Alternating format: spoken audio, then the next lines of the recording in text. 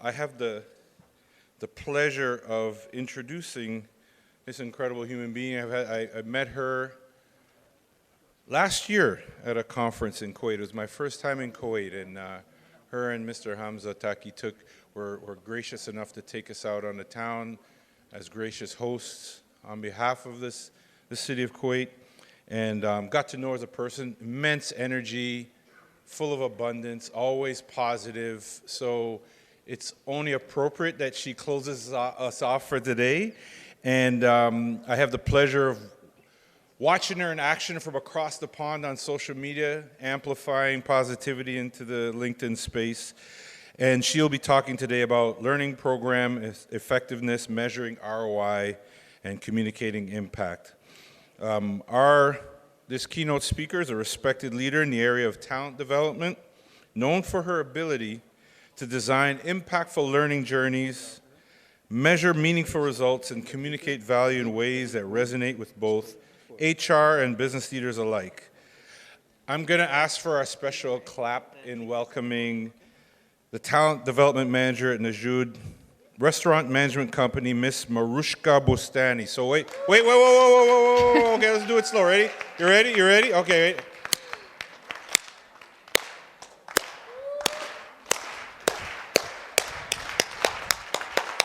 All right. Thank you.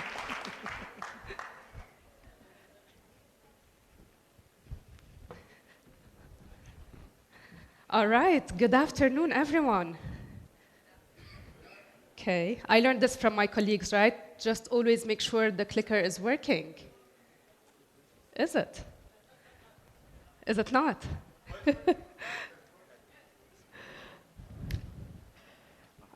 Thank you so much, okay. This one. Okay. Sorry, I ruined the surprise for you. So good afternoon, everyone. I have two news for you. One is good and the other one is bad. Which one do you want first? I'm going to listen to Mr. Ahmad. The bad news is, this is another ROI presentation. I'm joking. Now, the good news is I'm the only thing standing between you and the awards ceremony, which is kind of exciting, right? All right, so my promise to you today is that what I will share with you in regards to impact and ROI is what ChatGPT won't tell you.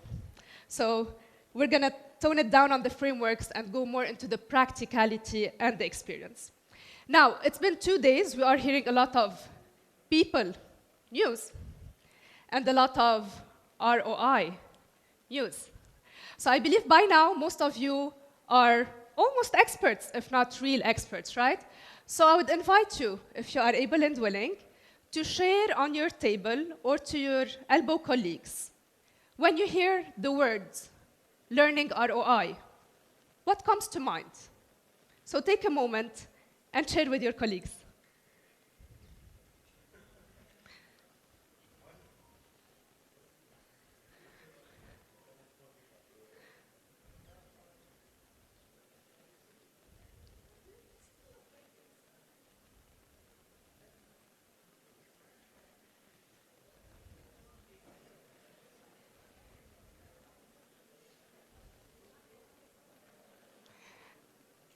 Any words that resonated with you or that you'd like to share? So learning ROI, what does it mean to you? Sorry? Growth. Okay. Fair enough. Money? Growth. Growth? Measuring? Yes. Right? So you want something. The profit you get from investing in your employees. Profits, investment, yes. Development. All right. Return on investment, right? All right, awesome. So I know ROI seems like another buzzword, right? And to be honest with you, in the past year, I've seen organizations focusing more on ROI. And this is not a coincidence, right? because when economy is tight, then we all need to prove the value of what we do. So hopefully by now, none of you feels that way, right? Does anyone feel that way? No hands up. That's awesome. Does anyone feel like this guy? Okay. Kind of, yeah? I mean, yeah, we talk a lot about ROI, but what does it mean at core? And we're going to go through this together today. Can anyone recognize this picture? Firefighting. Yes. Can you share with us the story?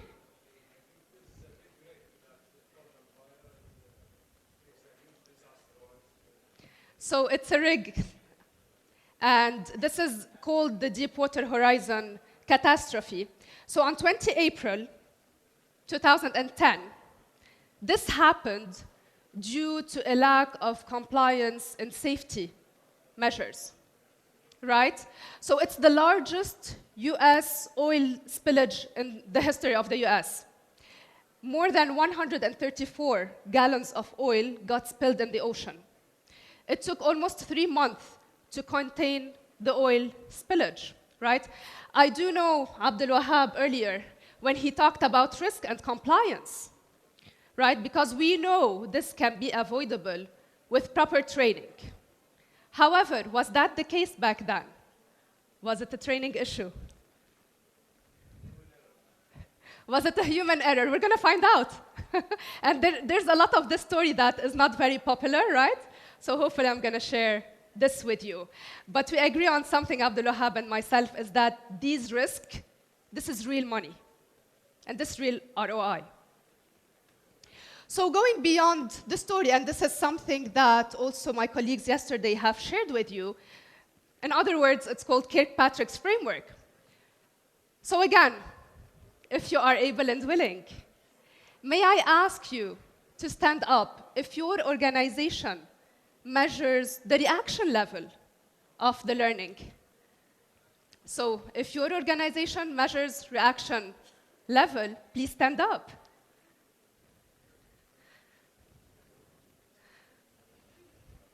You don't measure, he's standing in, okay. He's the representative. Because now you got me confused. Some Bubian are standing, some are not, right? Okay, awesome. I will invite you to keep standing if you measure level 2, which is the learning. So this is typically done with assessments, pre, post, right? These type of things. Okay? That's great. Keep standing if your organization reaches level 3, which is the behavior level. So what my colleagues mentioned yesterday, asking the line managers, did people change their behaviors after the training, right? Fewer people are standing. And please keep standing if your organization reaches level 4 of the measurement, which is the business impact. MashaAllah. All right. Thank you so much. We will reach there. You're always one step ahead of me. All right, so my intention is that I want you to leave the session today believing that all of you can reach level 4, but also level 5, which is ROI. Inshallah, in the future. Now the question is, what is the challenging part for you to reach the level 5 of ROI measurement in your organization? I would invite you to scan the QR code and let me know what do you believe is the biggest challenge standing in the way of you reaching the ROI measurement level. So you will find these options. A, we don't collect the right type of data. B, leaders, they only ask for activities, so why should we bother? Option C, we lack the tools or the system. D, it's difficult to isolate what effect has been caused by training and what has been caused by other things, operations, marketing, so on and so forth. And E, we don't have time or internal expertise to calculate the ROI. So we'll ask the help from Hamza to check the results on Mentimeter, but we'll give it a few seconds so everyone can get their voice in. So what's your biggest challenge? What's standing between you and reaching the ROI level of measurement?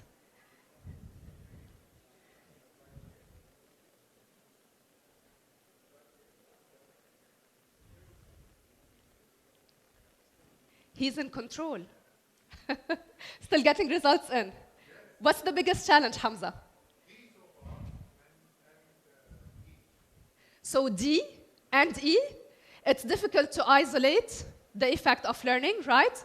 So how can we really know what we can take the credit for and what other people have to take the credit for, right?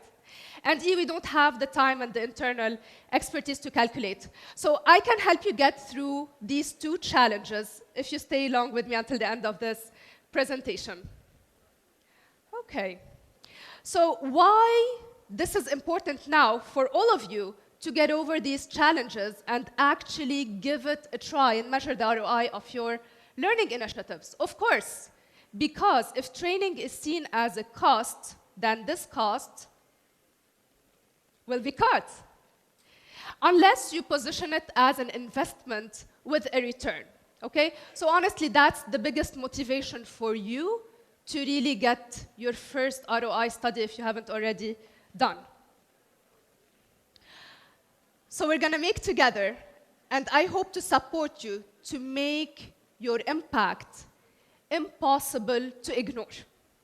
And this is how you can position yourself as an L&D, as a strategic unit, such as my colleagues has mentioned earlier in the morning. So hopefully, when it's budget time, we're gonna feel like this guy here. Yeah? All right, so we're gonna stop counting bodies inside the training room, and we need to start counting business impact. Where? In the boardroom, because this is the conversation we are going to have with the C-level executives. All right, so I need your help here. I believe there's a disconnect, and this is where the main issues arise. So who can share with me, what do you believe are HR metrics that we love to measure when it comes to learning or training? Training completion rates? What else? Satisfaction? Training need analysis. Training needs analysis. We're going to come back to this as well, yeah? What else? What are the metrics that we love as HR? Number of participants, and the bigger the better. Customer satisfaction. Customer satisfaction, training hours. All right. So you are all right. These are metrics that, as HR, we love. Now the question is, what are the metrics you believe CEOs care about? Revenue. Figures, revenue, financial return, quality of the service, right? Retention. Behavior, Employee retention. retention rates. All right, so we have some suggestion here: revenue growth and sales lift, cost saving, employee retention rates, and productivity improvements. So as we can see, there's a disconnect, and bridging that disconnect can actually get us to speak the same language. So speed to impact is the new metric that matters in a world where time is money. And the world is changing, I believe, at the fastest rates. So for those of you who would really need a mathematical formula, to be honest with you, this will be a plug-and-play formula if you have all the metrics to compute. So measuring ROI is not difficult, right? You have the formula. If you have the numbers and the metrics, this is going to be plug and play for you. So my role here today is not to apply the formula or the 12 steps methodology from Jack Phillips that I admire so much, but it's about really getting those benefits and costs and how we can translate this into monetary values. And it starts here. Intentionality. You cannot measure an impact that you didn't intend to create. So I invite you to have a mindset shift from measuring to creating impact. And it starts with intentionality. So I'm going to share with you by the end of this presentation, in a couple of slides actually, 6 steps that will help you to measure the ROI and that you can follow. But before that, so all of these things are my credentials, but this is not what I would share with you today. And I'm very grateful for all of these organizations. However, I'm going to share with you what those credentials won't teach you. All right, so the framework. Step number 1, ask yourself, why training now? So a lot of us in L&D still act as order takers, right? So you get TNA, going back to TNA, right? And we need to fulfill those TNAs and check the boxes. I facilitate myself, so I do receive TNAs, right? And they tell me I need this training to provide. However, it's very important to ask, why training now? What's the business motivation? What's the business problem that I want to solve? Step number 2, be curious. So don't just suffice with a direct answer that you get, but ask yourself more questions. What is the root cause of that business challenge? How did we reach to this problem, right? And look for the root cause. Step number 3 is to set layered objectives. What does this mean? Most of us are familiar with learning objectives, right? And I remember whenever I started facilitation, so we needed to get those learning objectives, and there was Bloom's, the taxonomy and other aspects to it. However, if you set only learning objectives, you will only measure learning. So my invite for you, and we're going to see what other objectives we need to set as learning and development professionals to be able to get the impact that we intend to create. Step number 4 is to collect the data and to analyze the data. I know that's a scary topic for some. However, the more comfortable you are with numbers, the better it is. What I want to share with you here is that most of us think of numbers when we talk about data. So data defeats doubt. And it's very important that we collect qualitative and quantitative data, because you don't need only the data, but you need the narrative that it tells. And qualitative data really helps into understanding the issue and solving the right problem. So I'd invite you to look into both aspects of data, and it's a must. And I would continue Abdelaziz's sentence, and I believe we all resonate with that now, which is data defeats doubt. I will share with you that data will tell, but the story is what is going to sell. So it's very important to tell the story. What happened? What was the problem? How did we solve it? And how did it bring the business impact? And the last step, which most of us miss, is asking, so what? I've done the measurement. We have seen the improvement. We told the story. What's next? What are success stories that I can extract from this ROI measurement? How can I transfer these successes to other programs? And where did I fall short? And what amendments do I need to make to my short-term strategy or tactics in order to get the needed improvement? And what transformations do I need to implement for my long-term strategy? I believe many of us, and that was one of the questions that ATD asked globally post-training. So ATD specializes in facilitation, so there are many programs that they offer. And post-program, they asked this question to participants. What do you think would stand in the way of you applying your learning when you are back to the job? Any ideas? My boss? Any other thoughts? Do you agree with Hamza? What do you think stands in the way of the employee in applying what they have learned in the training? Practice opportunities? Over time, right? Lack of resources. It can be equipment, it can be time, structural things, yeah? Welcoming mistakes, so how much we can tolerate and experiment to improve. All of these things are correct. And the number one factor was their boss. So the line manager is the main challenge between people applying a new behavior in the role. So definitely, we need to start. And I salute Najla earlier in the morning for sharing something that L&D must lead with the business. So it needs to start with the business needs as a top priority, Rami.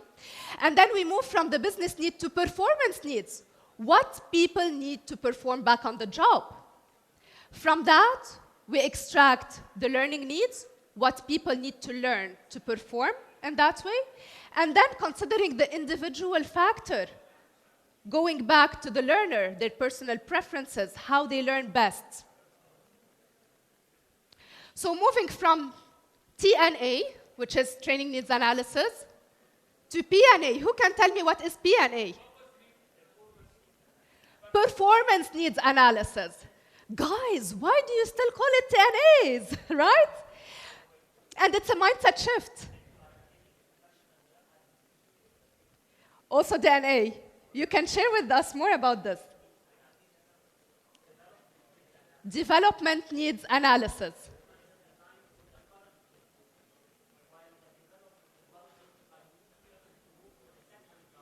Organizational development level. Absolutely. And Rami, these are mindset changes. So instead of looking at training, we are looking at performance. So we are looking to start with in the right place.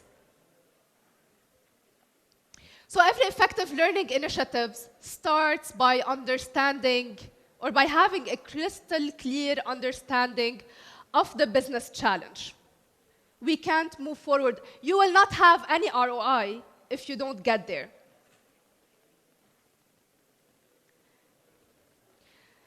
So, anyone's familiar with the Titanic story? Yeah? Okay, I don't want to transfer you to a romantic mood. But this is one of the real cases that I have faced. This is a client with a multi-billion dollars industry, and this is part of a global franchise that is also worth multi-billion dollars. So the client operated very successfully in the GCC. The problem that they have faced was in Saudi Arabia, KSA. Anyone with us here from KSA? All right, awesome. It's a very specific market. So they came with customer service inconsistencies. Our people don't present a consistent customer service. Our sales are dropping, and we have complaints about our staff. So the prescription for that would be, any thoughts, any ideas? Customer service excellence. That was the request initially, right? However, step 2 says to be curious and to ask questions. And when we ask questions, this is what we got. Pricing issues, their products was not priced correctly. Policies and procedures are not implemented. Product offering was wrong for that market, although it's part of GCC, but each and every country is very specific.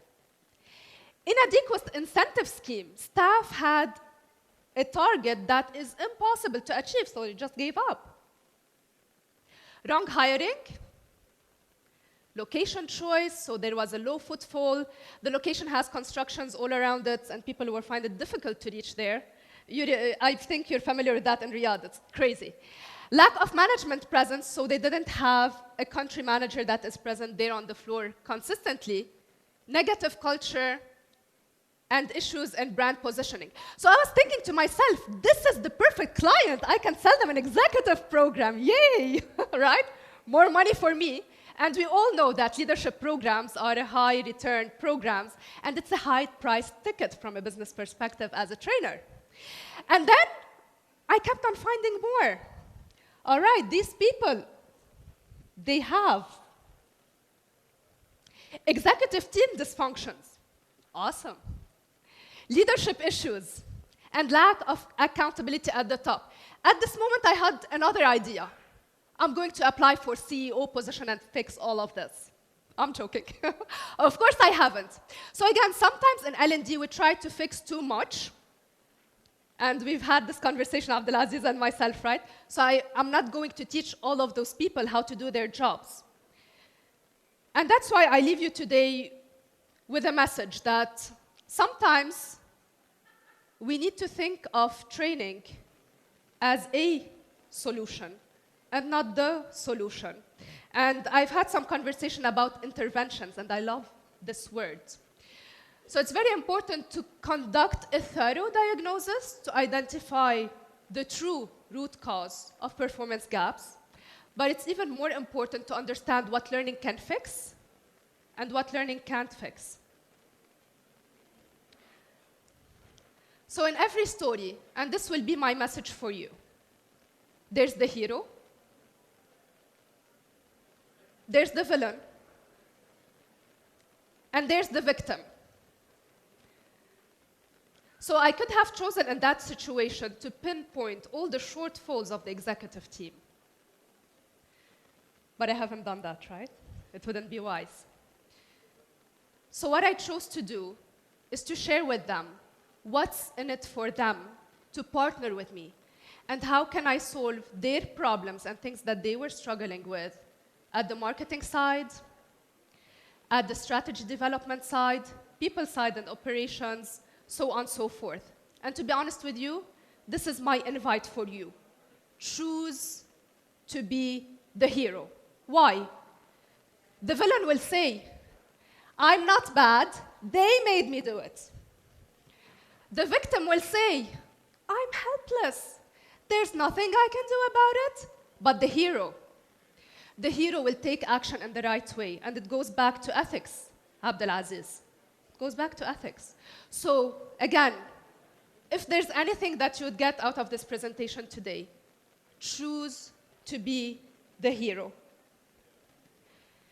And this can only happen when we not only create value, but I love the word co-create value together. And if you are in L&D, this is another invite for you. We love to think that we are very powerful, but it's all about co-creating the value when it comes to a business. So that's my message for you.